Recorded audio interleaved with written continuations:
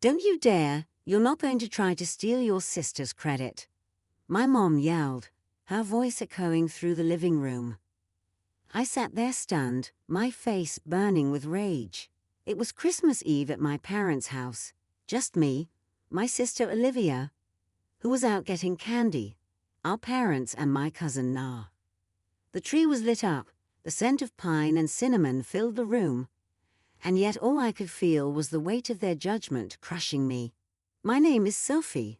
I'm 28 years old, and for as long as I can remember, I've been the afterthought in my own family. My sister Olivia, the golden child, could walk on water as far as my parents were concerned. Meanwhile, I couldn't even breathe without them finding something to criticize. But this time it wasn't just words. It was about the truth. Since July, I had been quietly sending my parents money every month to help with their bills. But Olivia had taken all the credit, and my parents believed her without question. When I finally tried to tell them the truth, my mom shut me down like I was some liar looking for attention. I didn't know what to say after that. My throat felt tight, and all the words I wanted to scream just stuck there. Na, who had been sitting quietly in the corner, finally spoke up. "Wait a second," she said, her tone sharp enough to cut through the tension. "How do you even know Olivia's sending the money? Have you ever seen proof of it?" My parents looked at her like she had grown a second head. My dad waved his hand dismissively. Of course, Olivia wouldn't lie about something like that. She's been the responsible one since day one. Responsible. That word felt like a slap to my face. I'd spent the last 6 months tightening my own budget, just to help them out, skipping dinners out with friends and saying no to things I really wanted, all because I thought it was the right thing to do. But no matter what I did, Olivia always managed to swoop in and make me look like the selfish one. Just as I was about to respond, the front door opened, and Olivia waltzed in, a bag of candy swinging from her hand. "What's going on?" she asked, her voice annoyingly cheerful, as if she hadn't just walked into the middle of a storm. She took one look at my mom's flushed face and my clenched fists, and immediately put on her innocent act, tilting her head like she had no idea what was happening. "You need to explain to your sister," my mom said, pointing a shaky finger at me. "She's trying to claim she's been helping us financially when we all know it's been you." Olivia froze for a moment, her eyes darting to me, then to Na, before putting on her most saccharine smile. "Oh, Mom," she said with a laugh, setting the candy on the counter. "I'm sure Sophie just misunderstood." She turned to me, her expression dripping with fake concern. "You know, I've been handling this for months now. I didn't want to burden you with it." I stared at her, absolutely floored by her audacity. "Misunderstood," I said, my voice trembling. "I've been sending them money since July, every single month. And you knew that. Olivia, don't you dare act like this was all a mix-up." Na crossed her arms, glaring at Olivia. "Yeah, Olivia, care to explain why you've been so quiet about it all this time?" Olivia's fake smile faltered for just a second, but she recovered quickly, brushing her hair behind her ear, like nothing had happened. "I don't know what you're talking about," she said, her voice dripping with condescension. "I've been helping out because, unlike you, I actually care about Mom and Dad's well-being." That was it. I felt something snap inside me. "Are you serious right now?" I shot back, standing up so fast my chair scraped loudly against the floor. "You've been letting them believe a lie for months, Olivia. You knew I was the one sending the money, but you just sat there and let them think it was you. Why? So you could play the hero." Na stepped in before things got even more heated. "Hold on," she said, raising her hand like a referee. "There's an easy way to settle this. Did Olivia ever actually show you proof that she was sending the money? Bank statements? Screenshots? Anything?" My parents exchanged awkward glances, and my mom stammered, "Well, no, we didn't think we needed to. Olivia said she was doing it." Olivia whipped around to face Na, her smile now replaced with a glare. "You're out of place here." "Nah," she snapped, her voice sharp and defensive. "This is a family matter, and frankly, you don't know the first thing about what's been going on." Na didn't back down. "Oh, I think I know enough," she shot back, her tone icy. "I've watched you bask in the praise for something you didn't even do, Olivia. You've been feeding them lies, and you know it." Olivia let out a sarcastic laugh, shaking her head. "You're unbelievable," she muttered, pulling out her phone. "Fine, if you want proof here."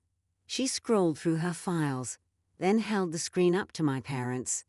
"See, these are the receipts for the transfers I've been making every month, like clockwork." My mom's face softened as she glanced at the PDFs, but I knew better. I stepped closer, my heart pounding. "Let me see those," I said, snatching the phone from her hand before she could protest. The receipts looked convincing, her name, the amounts, even the transaction IDs, but something about them felt off. I turned to Na, who leaned over to look with me. "This is a lie." I exploded, my voice shaking the walls. The room went dead silent, but I couldn't stop. "You faked these, Olivia.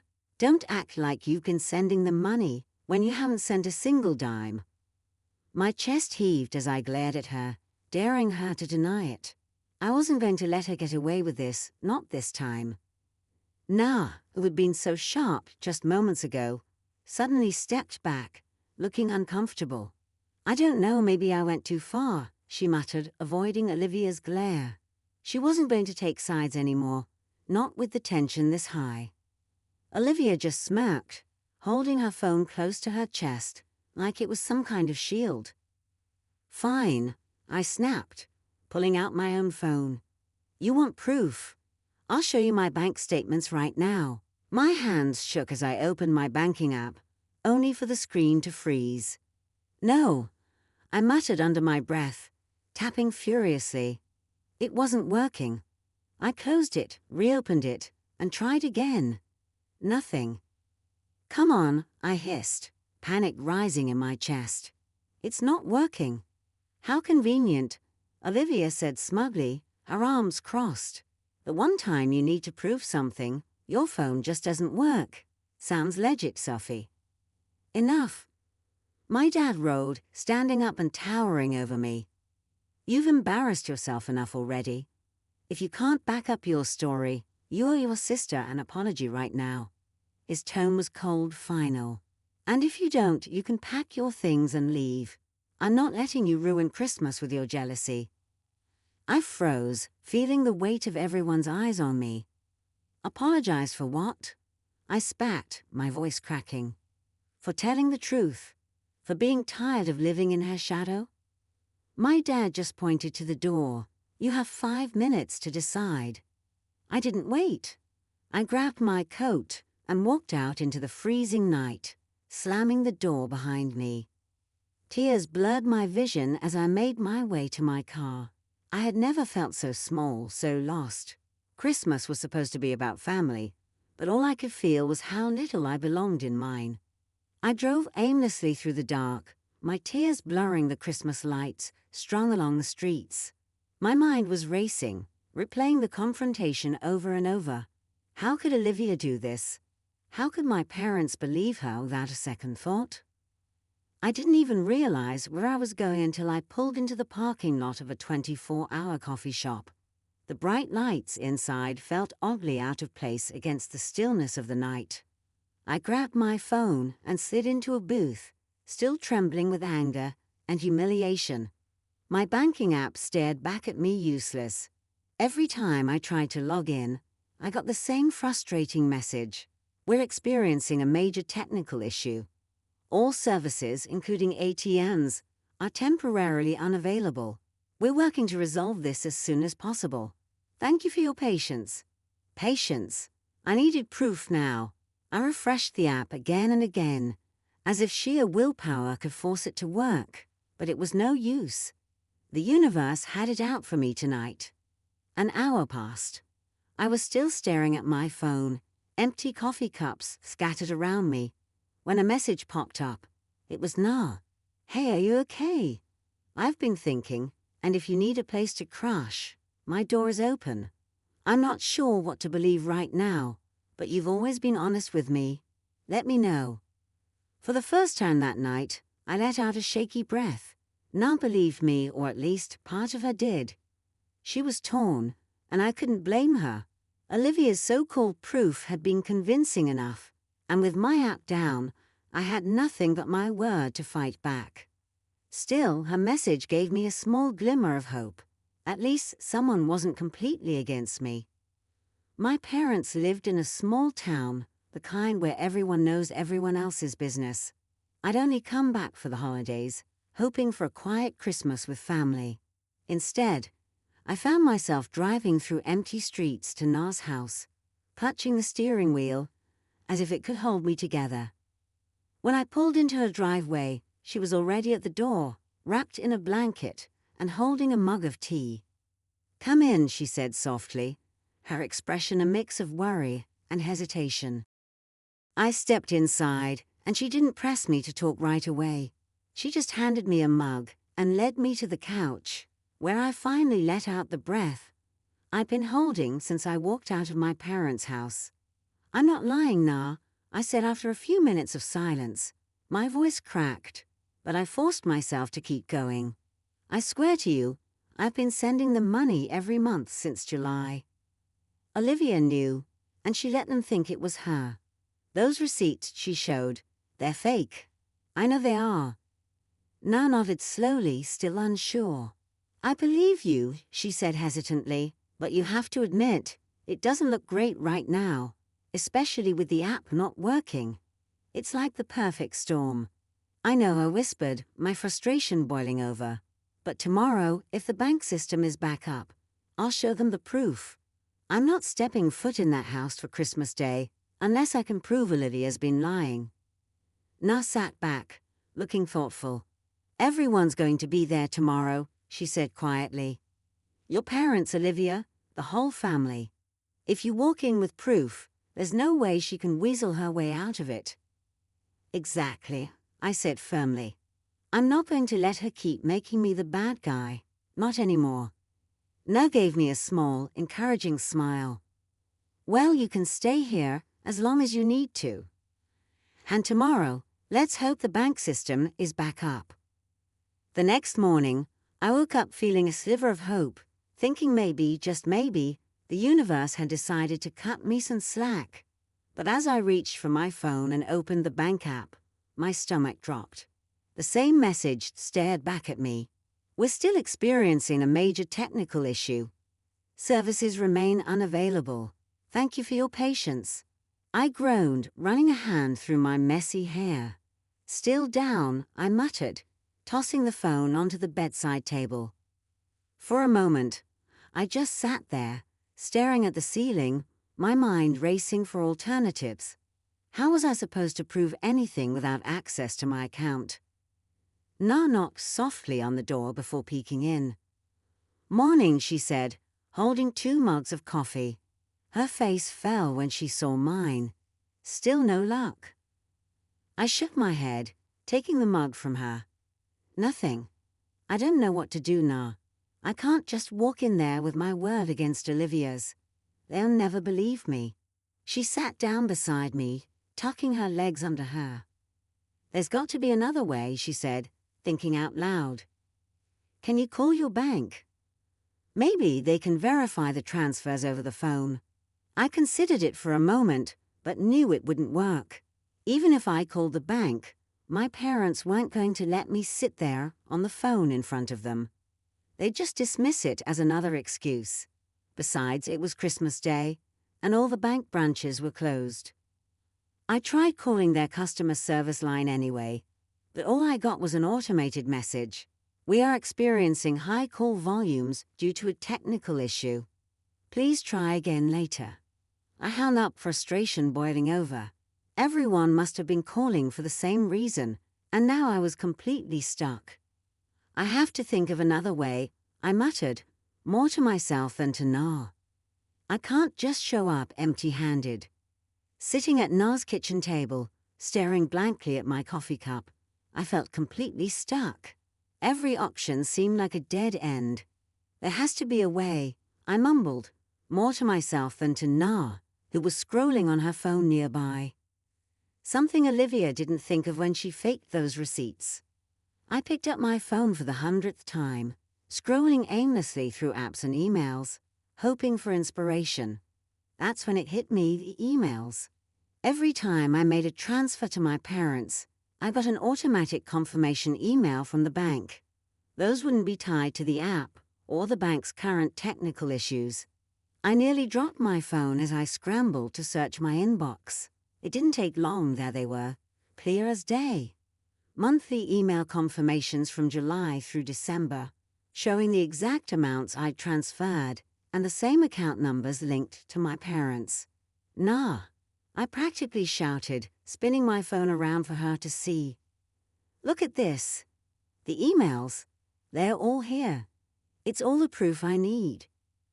Relief and determination flooded through me at the same time.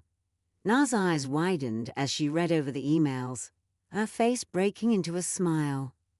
You've got her now, she said, her voice steady with confidence. There's no way Olivia can talk her way out of this. I nodded, my resolve firm. I'm going to that house, but only with this proof in hand. If she tries to deny it, I'll show them these emails right in front of everyone. For the first time in hours, I felt like I had control again. Olivia's lies were about to unravel, and this time, I wouldn't let her get away with it. As I stared at the confirmation emails, a wave of relief washed over me, but it was quickly followed by a twinge of embarrassment. How had I not thought of this earlier? It was so obvious. But then again, I hadn't been thinking clearly since last night. I'd been too overwhelmed by the fight, the accusations, and the sheer humiliation of being called a liar in front of everyone. My mind had been spinning in 100 directions, and honestly, I was just trying to hold it together. God, I muttered, shaking my head at myself. I feel so stupid for not checking my emails sooner. It's been sitting there this whole time. Na reached over and squeezed my arm. Don't beat yourself up, she said gently. You've been through a lot in the past 24 hours. It's no wonder you didn't think of it right away. The important thing is that you found it now. Our reassurance helped ease some of the shame, though I still felt a little silly. I took a deep breath, steeling myself for what was coming next. Okay, I said, sitting up straighter. I've got the proof. I'm going over there, and I'm setting the record straight. If they still don't believe me after this, then that's on them. Na nodded, her expression firm. I've got your back, Sophie. Let's go show them the truth. I pulled into my parents' driveway, gripping the steering wheel for a moment before stepping out. The sight of the house decorated with twinkling lights and a cheerful wreath on the door felt like a cruel joke. I wasn't here to celebrate. I was here to expose the truth. Na gave me a small nod of encouragement before we both walked up to the door. My mom opened it, her face tight with disapproval. So you decided to come back, she said, her tone sharp enough to make me flinch. Behind her, Olivia was leaning casually against the wall, smirking. Did you come to apologize, Sophie? She asked, her voice dripping with mockery. My dad stood further back, arms crossed, looking like he'd rather slam the door in my face. I just want to celebrate Christmas with the family, I said softly, forcing my voice to sound apologetic. I don't want any more drama. My mom narrowed her eyes but stepped aside to let me in. Olivia let out a little snort as I passed her, whispering just loud enough for me to hear. Took you long enough to come crawling back. I clenched my fist, but kept my face neutral. Let her think I'd given up. Let them all think I was just here to grovel and move on. I played along, smiling faintly, and staying out of the way as the house slowly filled with relatives, cousins, aunts, uncles. They all greeted me warmly, none of them aware of the storm brewing beneath the surface. As we sat down for dinner, I felt my heart pounding in anticipation. I knew Olivia couldn't resist bringing up last night. It was only a matter of time before she used the moment to paint herself as the victim and me as the villain. All I had to do was wait and make sure my proof was ready. It didn't take long for Olivia to seize the spotlight. As we all sat around the table, passing dishes and exchanging polite conversation, she cleared her throat dramatically. "Well," she began, glancing at me with a smirk, "I think we all need to address the elephant in the room." The table went silent, all eyes turning toward her.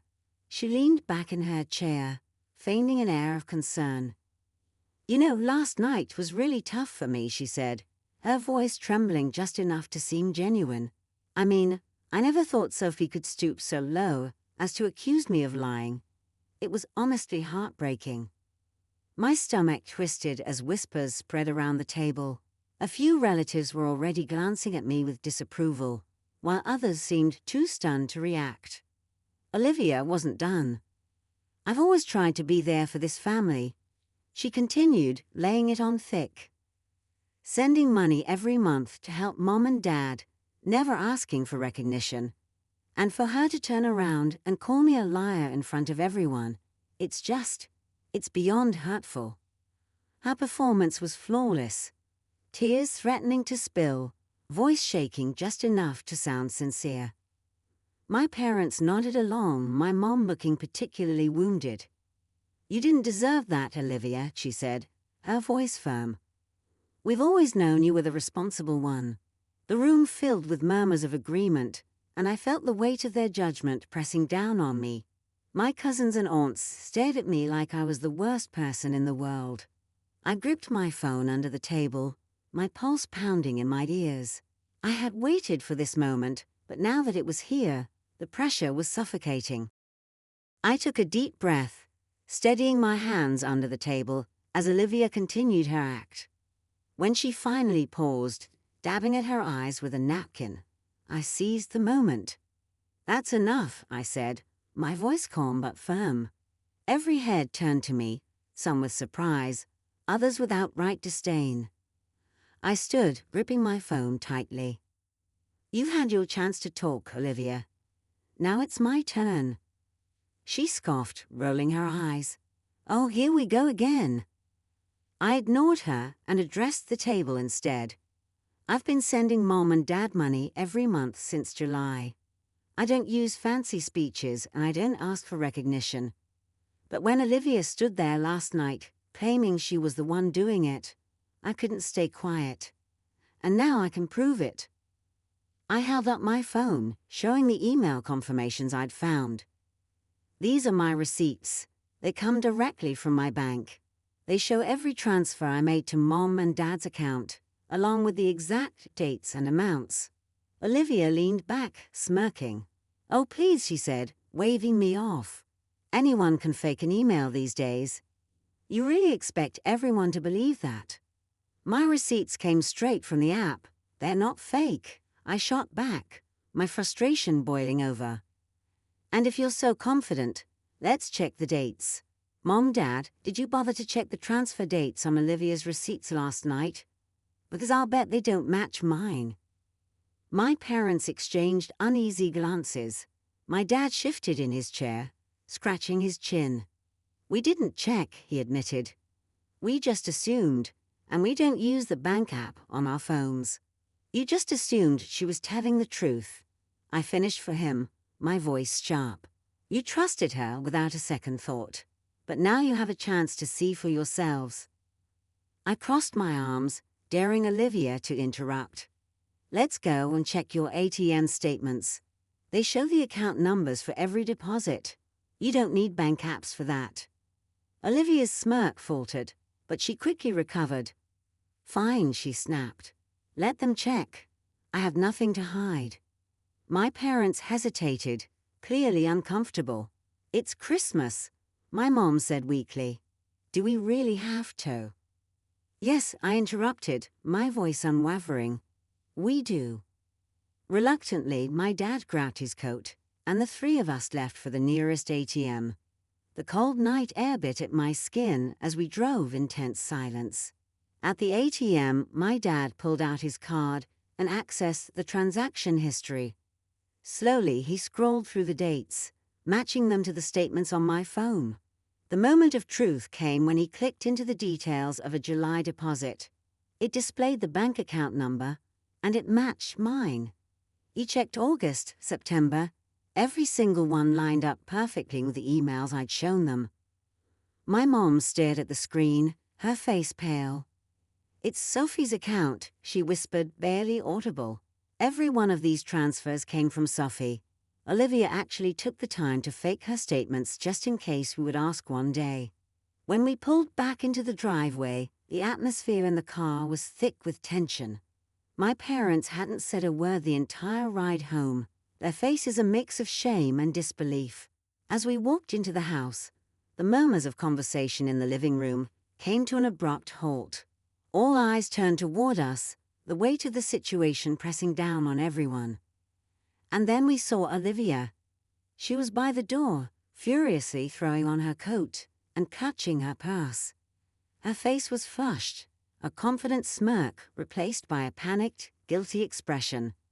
"Olivia," my dad said firmly, stepping forward. We checked the statements. Every transfer came from Sophie's account. "You've been lying to us." The room erupted into hushed gasps.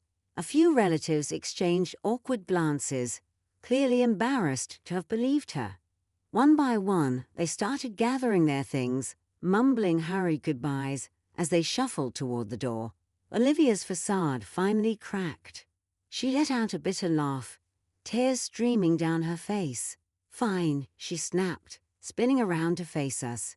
"Yes, I lied, okay? Is that what you want to hear?" I lied. She glared at me, her voice trembling with frustration. "You told me back in July that you didn't want a big deal made about sending them money, that you just wanted to help quietly. So I thought, what's the harm in letting them think it was me? They already see me as a responsible one anyway." Her words hit me like a punch to the gut. "I told you because I trusted you," I said, my voice shaking. "I thought maybe, for once, you'd support me. Instead, you used it to make yourself look good, while I was left feeling invisible. Do you even realize how humiliating this has been for me?" Olivia's expression softened for a brief moment, but she quickly turned defensive again. "They were never going to believe you over me, Sophie," she said bitterly. I didn't think it would blow up like this." My mom stepped forward, her voice trembling. "Why, Olivia? Why would you do this? We would have been grateful to either of you for helping. There was no reason for this." Olivia didn't respond. She grabbed her keys and stormed out the door, slamming it behind her. The room was silent for a long moment, the weight of her actions sinking in. My parents turned to me, their faces filled with regret. "Sophie," my dad began, his voice heavy, "we owe you an apology. A huge one. We should have listened to you, but we didn't, and we're sorry." My mom nodded, tears streaming down her face. "We've treated you unfairly for so long, and this was inexcusable. I don't know if we can ever make it up to you, but we'll try. I promise." I stood there, taking in their words, unsure how to feel. Part of me wanted to forgive them, but another part still ached from years of being overlooked. "I appreciate the apology," I said finally, my voice quiet.